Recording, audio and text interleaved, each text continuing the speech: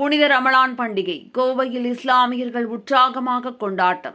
உக்கடம் புள்ளுக்காடு பகுதியில் உள்ள இஸ்ரத்துல் முஸ்லிமீன் சாஃபியா சுன்னத் ஜமாத் பள்ளிவாசலில் சிறப்பு தொழுகைக்கு பிறகு ஒருவரை ஒருவர் கட்டித் தழுவி அன்பை பரிமாறிக்கொண்டனர். ஒவ்வொரு ஆண்டும் இஸ்லாமியர்கள் ரம்ஜான் பண்டிகைக்கு முன்பு ஒரு மாத காலம் நோன்பு இருந்து பின்னர் ஷவ்வால் 1ஆம் தேதி ஈகை திருநாள் எனப்படும் ரமலான் பண்டிகையை கொண்டாடுகின்றனர். இந்நிலையில் இந்த ஆண்டு தமிழ்நாடு அரசின் தலைமை ஹாஜி இன்று வியாழக்கிழமை ரம்ஜான் பண்டிகை கொண்டாடப்படும் என அறிவித்த நிலையில் அதன்படி இன்று அதிகாலையில் கோவையில் பல்வேறு இடங்களில் நடைபெற்ற சிறப்பு தொழுகையில் இஸ்லாமியர்கள் ஆயிரக்கணக்கானோர் பங்கேற்றனர். இதன் ஒரு பகுதியாக கோவை உக்கடம் புள்ளுக்காடு பகுதியில் உள்ள இஸ்ரத்துல் முஸ்லிமீன் சாஃபியா சுன்னத் ஜமாத் குவத்துல் இஸ்லாம் அரபி மதரசா பள்ளி வளாகத்தில் ஆயிரக்கணக்கான இஸ்லாமியர்கள் இணைந்து தொழுகையில் ஈடுபட்டனர். புத்தாடைகள் அணிந்து சிறப்பு தொழுகையில் ஈடுபட்ட இஸ்லாமியர்கள் தொடர்ந்து ஒருவருக்கொருவர் கட்டித் தழுவி அன்பை பரிமாறிக்கொண்டு மகிழ்ந்தனர்.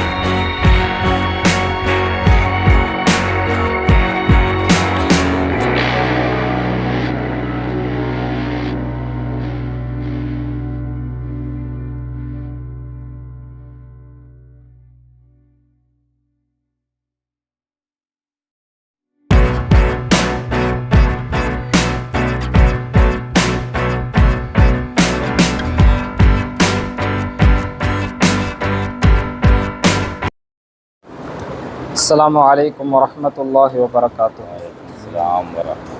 அல்லாஹு தஆலா 30 நாட்களை நோன்பு வைக்குமாறு முஸ்லிமான மக்களுக்கு அல்லாஹு தஆலா கடமையாக்கி அந்த நோன்புக்கு பிறகு அல்லாஹு தஆலா மிகப்பெரிய ஒரு மகிழ்ச்சி தினமாக அல்லாஹு தஆலா முஸ்லிமான சமூக மக்களுக்கு ஈதுல் ஃபித்ர் அதுபோன்று ஈதுல் அல்ஹா என்ற 2 பெருநாள் தினத்தை அல்லாஹு தஆலா வைத்திருக்கின்றான்.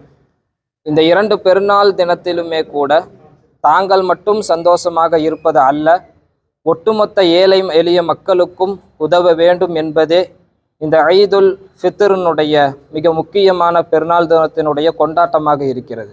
ஏனென்றால் ஜக்காத்துல் ஃபித்ர் என்று சொல்லப்படுகின்ற ஒரு தானம், அந்த தானத்தை அல்லாஹு தஆலா பெருநாள் தொழுகைக்கு முன்பாகவே கொடுக்க சொல்லுவதற்கு முக்கிய காரணம் பணக்கார மக்கள் அல்லது நடுத்தரமாக இருக்கக்கூடிய முஸ்லிமான மக்கள் மட்டும் சந்தோஷமாக பெருநாள் புத்தாடைகள் அணிந்து சந்தோஷமாக இருப்பது அல்ல, ஏழை எளிய மக்களும் கூட அவர்களும் சந்தோஷமாக இருக்க வேண்டும், புத்தாடைகள் அணிய வேண்டும், சந்தோஷமாக கொண்டாட வேண்டும் என்பதினால்தான் அல்லாஹ் தஆலா ஜக்காத்துல் ஃபித்ர் போன்ற சதக்காக்களை, ஜக்காத் போன்ற கடமையான ஜக்காத்தை எல்லாம் அல்லாஹு தஆலா வைத்து எல்லா மக்களுக்கும் அவர்களுக்கு உதவி எல்லோரும் சமமாக இருக்க வேண்டும். ஏழை மக்கள் அவர்கள் அந்த ஈதுல் ஃபித்ர் அன்று கொண்டாட்டத்தில் ஈடுபடாமல் அவர்கள் வருத்தத்தோடு இருக்கக்கூடாது என்பதனால் அல்லாஹு தஆலா ஆக்கி வைத்திருக்கின்றான். அதே போன்று அல்லாஹு தஆலா தான தர்மத்தை மாற்று மத சமுதாய மக்களுக்குமே கூட கொடுத்து உதவுவதற்கு பல நிலைகளை அல்லாஹு தஆலா வைத்திருக்கின்றான்.